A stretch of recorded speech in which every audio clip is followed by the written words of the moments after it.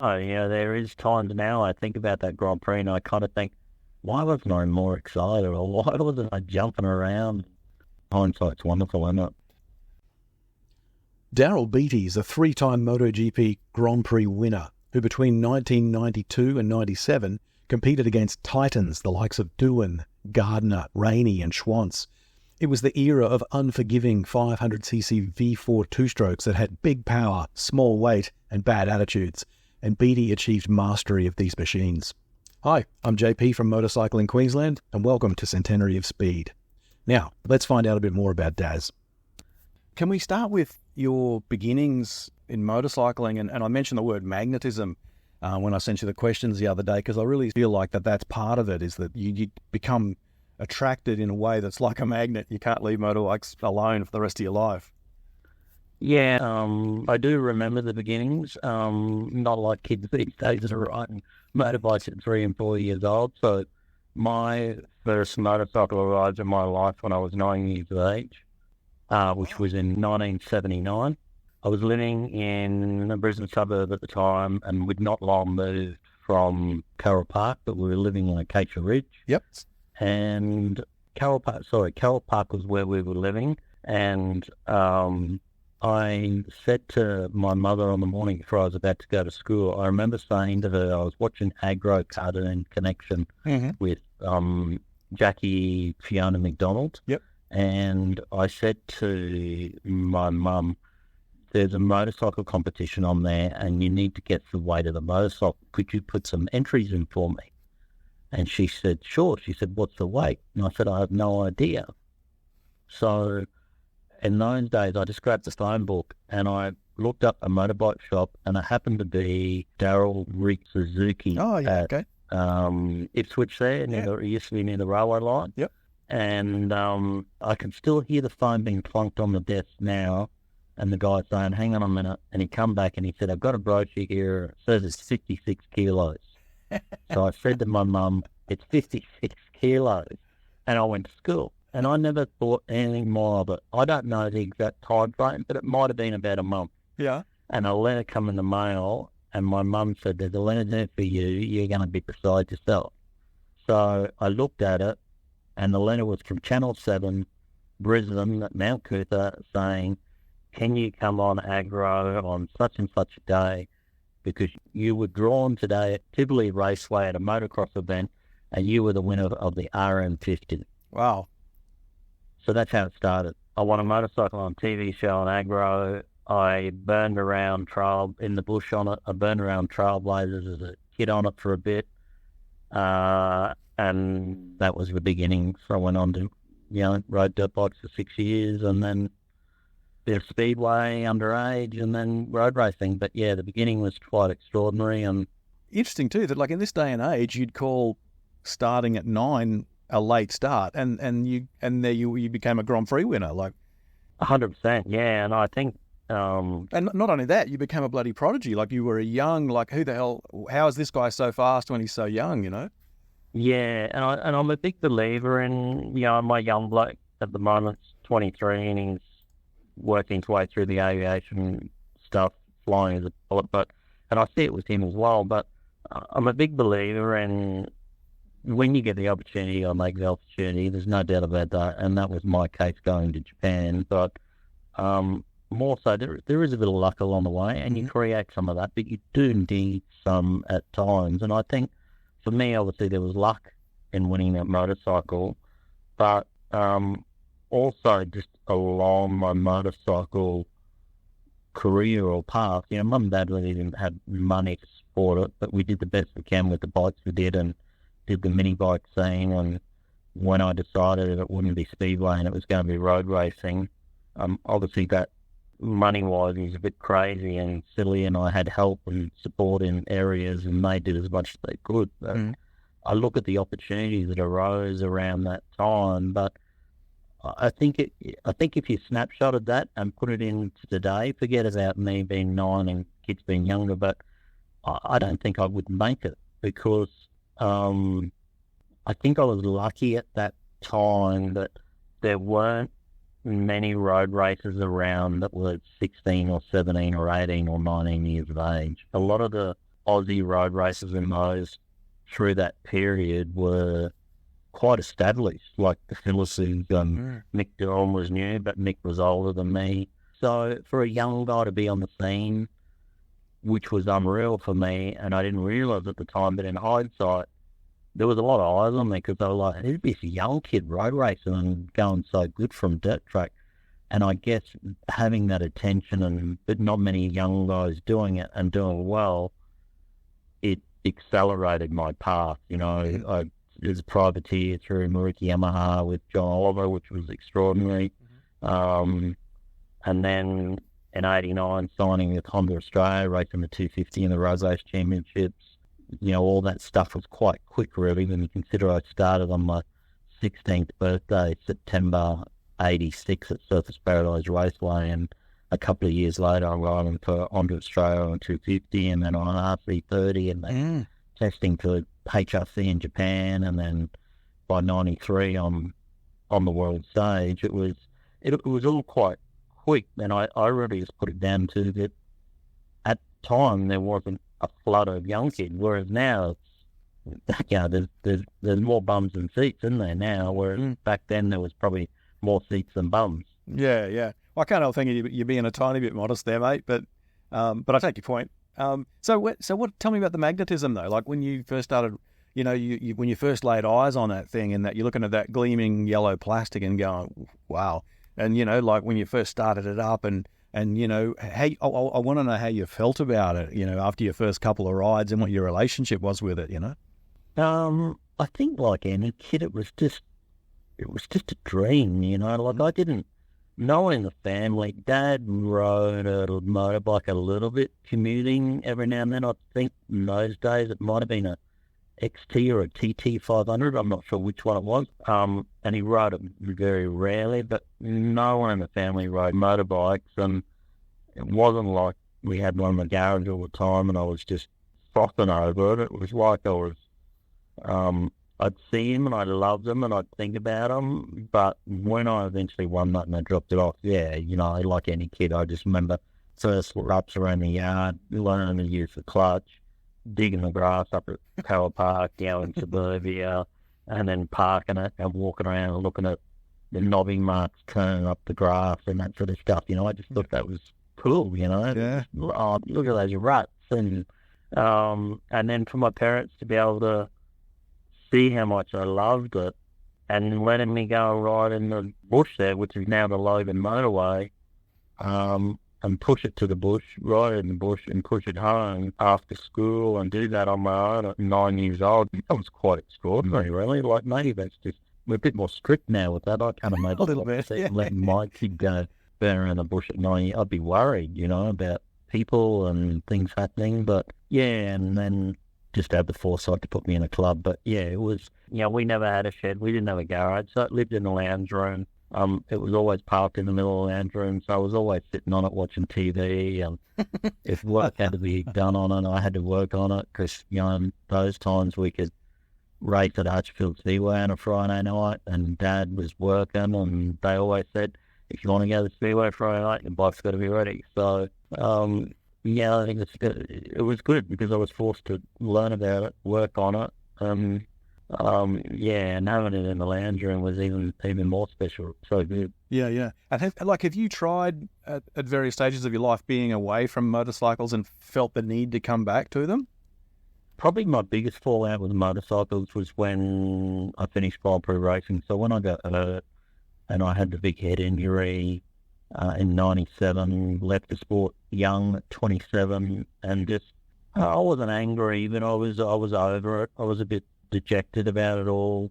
Obviously, I was hurt at the time. I didn't realise how hurt. So, you know, I had more tests and stuff done, but I didn't want anything to do with motorcyclists from probably that '97 period through to 2000 and early. You know, I had, you know, probably had a bike in the garage, but I completely lost interest and I was sick of it. I had that for about 2 weeks, I think, after I had my accident and got my disability. But I did feel it. Like I actually had a motorcycle magazine in the hospital with me. When I tried to look at it, I wanted to vomit. Like I was in shock and had a few other things going on that contributed to it. But I felt sick when I looked at it. Yeah. I don't know what it was, but I do remember that feeling and just completely not being interested. And it lasted for quite some time. And but I did look at myself today, walking up from the shed. There's 20-odd motorbikes in there, from CRF 450s to Africa Twins to Transalps, and I work on them all on my own, doing tyres and servicing and maintenance, and I'm doing tours. And I couldn't imagine today still not having a motorcycle in my life, and I think it'll always be in my life, and it'll probably get stronger. It's extraordinary. My motto on the tours is riding a motorcycle and being around the campfire and meeting people is 50-50, but I'm very big on leaving other people who are non-motorcyclists that come across us, whether it's in dirt tracks or roads or wherever we are, with a good image of motorcycling. I'm very passionate about that because I believe in it. It's a great mode of transport. It should be pushed more around the world, and especially in this country. I love them, and they will be a part of my life till the day I say goodbye. Yeah. Have you ever thought about the specific itch that they scratch for you? Have you ever thought about that? I feel like it's a bunch of little things for me. First of all, I feel like it's a great community. When I say community, probably directly with what I do, it could be sports bikes, but sort of that adventure style riding. I find all that a really cool community, and that's the basic of the people I currently deal with. I love the feeling of leaning in corners. I love the feeling of sliding in corners. I love the feeling of, the freedom of crossing rivers and creeks, and that bond between people to get across certain areas that you can't ride across, where if you've got to carry them. I enjoy a lot of different aspects that make it one. And I just, when I do put that helmet on, even though racing is different, you're focused, but when I put the helmet on, I find it's a great time to. You can't switch off. You always switch on when you're riding, but you switch off from probably all the thugs in the news, the newspapers and the radios and all that garbage on TV, and think about the good things. Yeah, that's true. Hey, you just live and be an earthling, don't you? You just you're part of your surroundings, eh? Yeah. Yeah, awesome. All right. So we got to go to where is it? Hockenheim for the scene of your first Grand Prix win. Yep. It was a funny lead up to that week.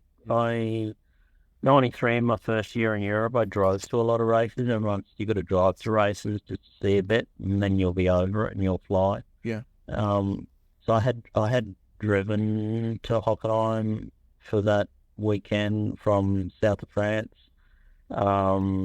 There was a cable ski park, which is big in Europe, versus being towed around by a boat like in Australia, but a cable ski park that was run by a guy called Heinrich. It was mega. It wasn't far from Hockenheim, so we went there early and we water skied for 3 or 4 days. In the lead up to that, I'd been in America and hung out with Mick Doohan and Eddie Lawson at his place in Upland, California, and sort of talked to Eddie a bit about Hockenheim and the season, because he'd finished racing. So it was a pretty cool lead up to it. And then the weekend itself was just brilliant. And Mick obviously late in the race had a rear tyre problem, and that opened the window up for one less person to battle. Ito and Schwantz into that final run into the stadium. We're always be Schwantz was going to be mega on there in the brakes from previous seasons. I've watched him win races or slipstreaming into there, but it was, I don't know, there is times now I think about that Grand Prix and I kind of think, why wasn't I more excited, or why wasn't I jumping around being crazy? And I think in reality it was like, I wanted to do it, I knew I could do it, but I was probably a bit overwhelmed. Like, wow, finally, I've won a Grand Prix. Hindsight's wonderful, isn't it? But I wish I'd been more excited.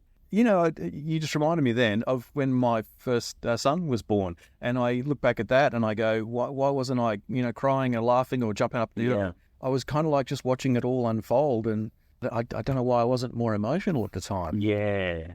But yeah, it was unbelievable.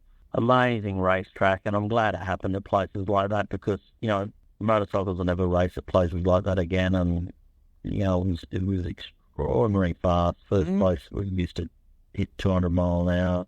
And it was, did I see that the average, your race speed average was over 200 kilometres an hour? Yeah, it was pretty quick. It was sort of maybe 180, 190. Yeah, I can't remember. It might have been over 200, but yeah, 320 Ks top speed, which is not fast anymore. They do that out of pit lane now. But, I remember reading the quote. It might have been from Ito, maybe. Was he the first guy that cracked 200 mile an hour? Yeah, I think he was actually that weekend. He might have been run on the fuel injected bike, which was kind of, they were dabbling and all that stuff. I don't even around that period. Maybe it was that weekend, or maybe another year. I don't know. Yeah, on the track, I don't know. But I do remember the quote. I remember somebody saying to him, "What's it feel like to go 200 miles an hour?" And his answer was, "Not so different to 199." Yeah. You're too busy splits there and looking for more speed. But yeah, great venue. And I guess when you look back at my career, I don't even know what I won. It was 3 Grand Prix or 4 Grand Prix. Germany was good to me, and I never knew that at the time and through that period, but it finished up being very kind to me to win there, and then also win at the Nürburgring as well in Germany. Did you win at Suzuka as well? Suzuka I did in the wet, yeah, which was probably for me the fondest because those early years I spent in Japan with Honda, winning the Suzuka 8 Hour. Suzuka was it was a bit of a home to me when I was based in Japan with Honda, and Moriwaki family were based up at Suzuka. I used to spend my days when I wasn't doing anything around at the Moriwaki factory, talking to them and hanging out, and they'd feed me and look after me. So Suzuka was a cool place. So to win the 8 Hour, to win the 200k race there, and also go there and win a Grand Prix, sort of won the 3 big events at Suzuka, and it was a base for a while. So yeah, it was out of my Grand Prix wins, it was probably that was the coolest, and it was in tough conditions. It was in sort of wet, drying, tough conditions. So yeah. I think again, scratching the memory banks there. Was it Mick that took a Mick Ladd? Yeah, was a helicopter pad. Slowly closed the gap to him, and then he had a moment. Yeah, yep. And that was pretty diabolical itself, from what I remember. Yeah. Well, I think there's a chicane out of that turn now. So, okay. Yeah. So the other one I want to talk about was just when you look back now. So how old are you now? I'm born in 70, so I'm like 50. Am I 53 now? 54 this year. Yeah, 54 this year. Yeah. So you look back at I suppose everybody these days talks about the era when men were men and guys rode V4 500s, and you achieved mastery in that time, and including banging bars with the biggest boys that there ever were. How does it feel when you look back at that? And do you feel like you're probably not going to like my answer, and I say it to everyone, but I don't feel like it was me. Yeah. And I still feel like that. Yeah. To me, it was nearly like it was another life. It was another period of my life. Mm-hmm. I don't want to forget about that period of my life. It was so important and made me the person I am today. Mm-hmm. But for some reason inside me, it doesn't feel like it was me that did it, even though I know I did it. But it sounds really silly, but and it's also a long time ago now. It's over 30 years. Well, I think it shows that you recognise that there's a term for, I can't remember the fancy term for things that pass with time, but I think it starts with E. Anyway, I think it shows that you recognise that who you were at that point was a transient thing. Like you had a skill level, you had a certain bunch of experiences behind you, you had certain conditioning's built up, you had certain momentum behind you, and all of those things together were who you added up to be at that time. And because of who you added up to be, you were able to achieve those incredible things. And, you know, and all of those things, they're all gone now. They've all faded away or slipped into history or whatever. And you're a different person now. I'm sure you can still ride the wheels off a bike, but not the same way as you could back then, you know? Yeah, 100%. Totally. It's exactly what you said. Yeah, but, you know, and I get customers on tours that ask a lot of questions about that sort of stuff. So I really live it. But, you know, I do at times get my young bloke, he'll look at me and go, you know, you never talk about it. I've just found the word. You don't ask me about it, you know. I've just found the word. It's ephemeral. Yeah. That's the word. Yeah. So it's, unbelievable. It all come from winning a motorbike. That's how I look at it. Yeah. I was very lucky. Met amazing people, you know, even like yourself, you know. It's just, I just like the journey of it. But now it's a different path, it's a different journey. I mean, but yeah, it's the only thing that's really stuck throughout all of it, because friends come and go and things change. But in reality, the thing that stuck through it all is motorcycles. Thing on two wheels, and I still do it now, but in a different way. Have you got any a little handful of go-tos, little stories that you tell from your Grand Prix years to impress people with various, not that you need to, but like to impress people with like, you know, stories like, oh, at this track we achieved this speed, like we just talked about with Hockenheim, but, you know, other things about other encounters with people or the most dangerous things that happened, or... The only one I use, and I think it's a great one for people because I consider myself very fortunate to ride a 500 at this time, and I only got to do it for 1 year. So when I joined the championship, it was the last year that a 500 Grand Prix bike. At the time, they hadn't quite cracked 200 horsepower, so they were around the 190s. Mm-hmm. But it was the last year they were 115 kilos. So I say to customers, so that CRF 450 Enduro bike you're riding here today is a similar weight to what my 500 was. It's probably a touch heavier. And it's got 40-odd horsepower, 50-odd if you want to talk it up.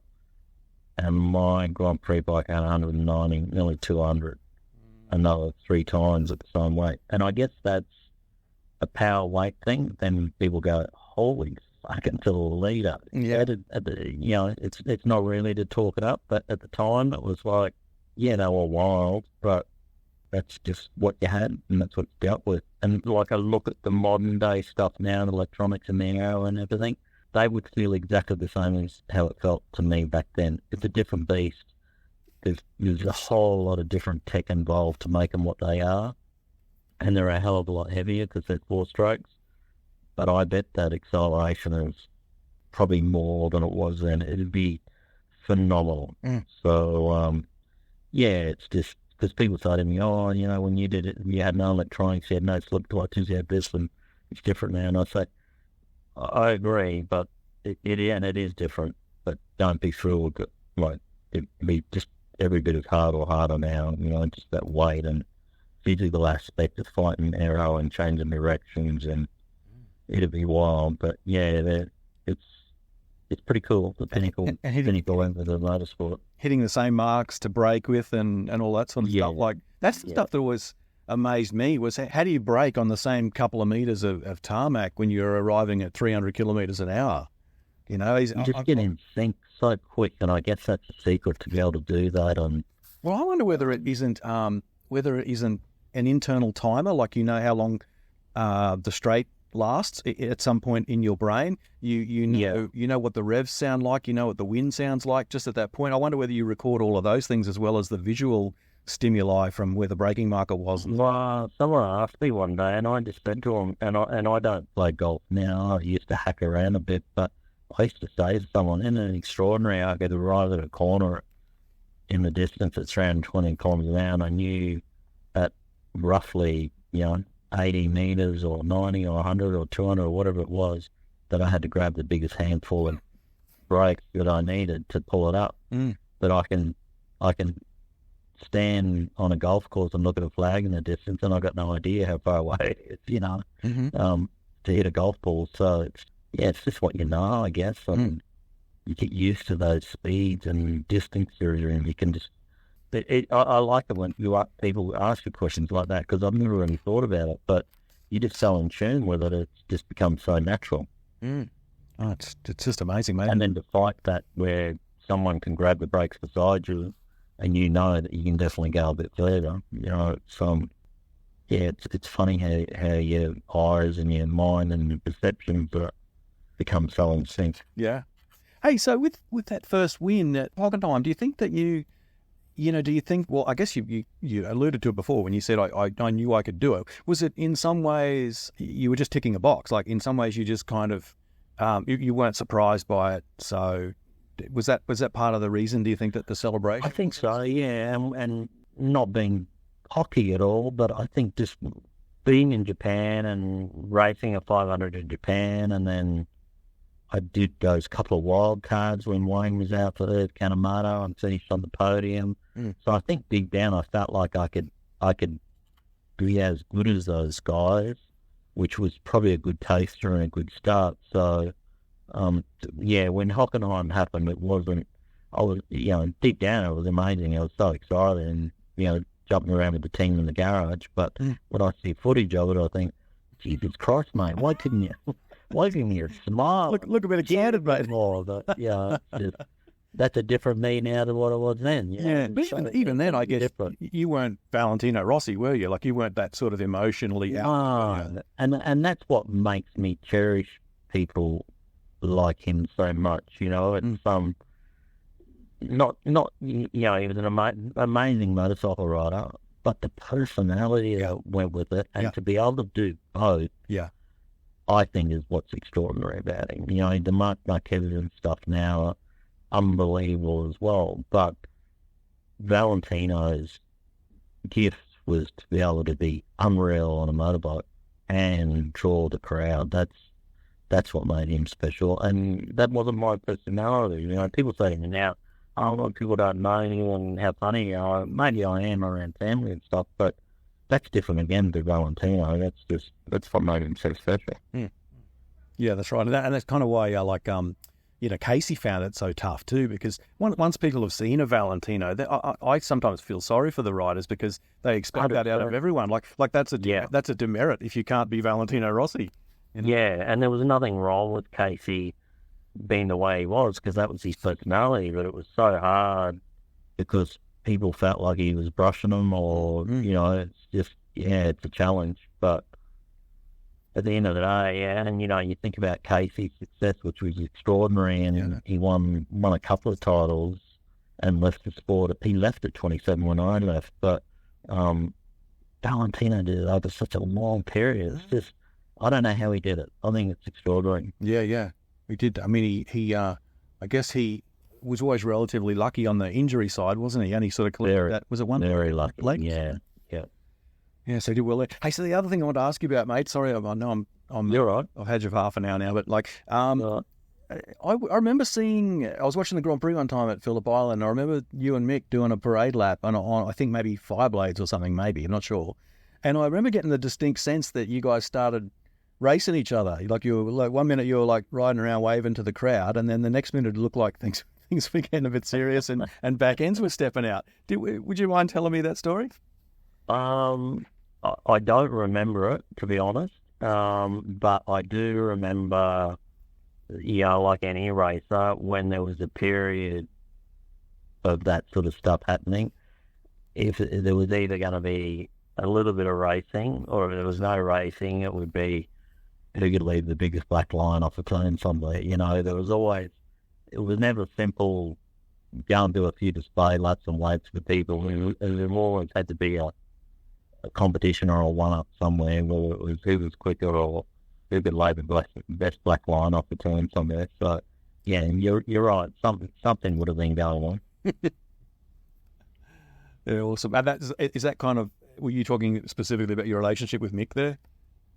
Yeah, and I think just general with races, if you did stuff on track with anyone else. But yeah, Mick did that a fair bit as well. Like I know at testing at Phillip Island, one of my great memories was early days testing, and I think I was on a slowdown lap somewhere, and he'd come past, and he was maybe on a tyre test run or something, come past and just bellowed a heap of smoke out of the rear tyre through a right-hand turn somewhere, just fully sideways, and you just chuckle thinking, just him showing off later, big blackie on, and then you do the same vice versa somewhere if you come across them during testing. It was just, even though you're competitors, it was good to show a bit of that fun as well, Yeah, I got the impression, I saw a photo the other day of him and you back in that era when you're racing each other and stuff, and I sort of thought you were probably possibly the only other racer whose success he would tolerate happily. That was my assessment. Was that right or wrong? Yeah, I think from a young age, even before I started racing, like, early days in when he was still in Australia racing. Yeah.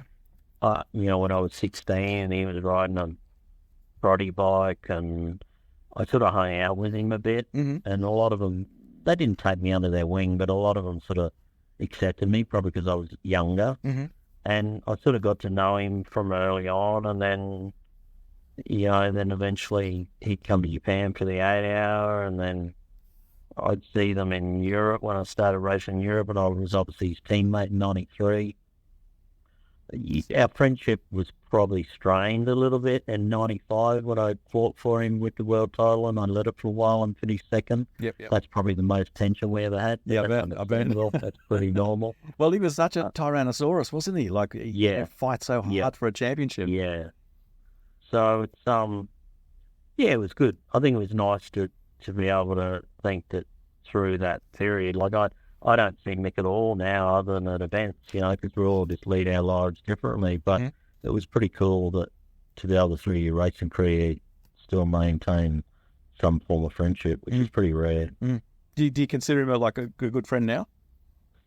I wouldn't probably now, but, if I see him, I say hi and we talk and we laugh and stuff. But, for the last sort of 10 years or so or more, probably 15 years, we don't. He's busy doing his thing, and he's in Europe with a young bloke, and it's not like we have barbecues or anything. Our lives are so different, and we don't catch up. But when we do see each other, it's like it was in the 90s, Awesome. Hey, well, look, thanks so much, mate. I really enjoyed talking to you. I really appreciate your time. Yeah, no, great to see your name pop up and finally chat. Yeah, all good. Thanks, sir. Thanks so much, mate. I appreciate it. Yeah, take care. All right, mate. Thanks for your time. See you, Daz. Bye, mate. Bye.